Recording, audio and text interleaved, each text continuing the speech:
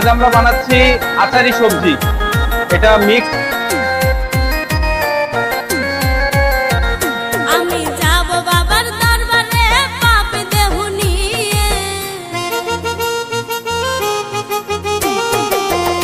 আমি যাব বাবার দরবারে পাপ দেহ নিয়ে, পাপ মোচন করব বাবার দরবারে।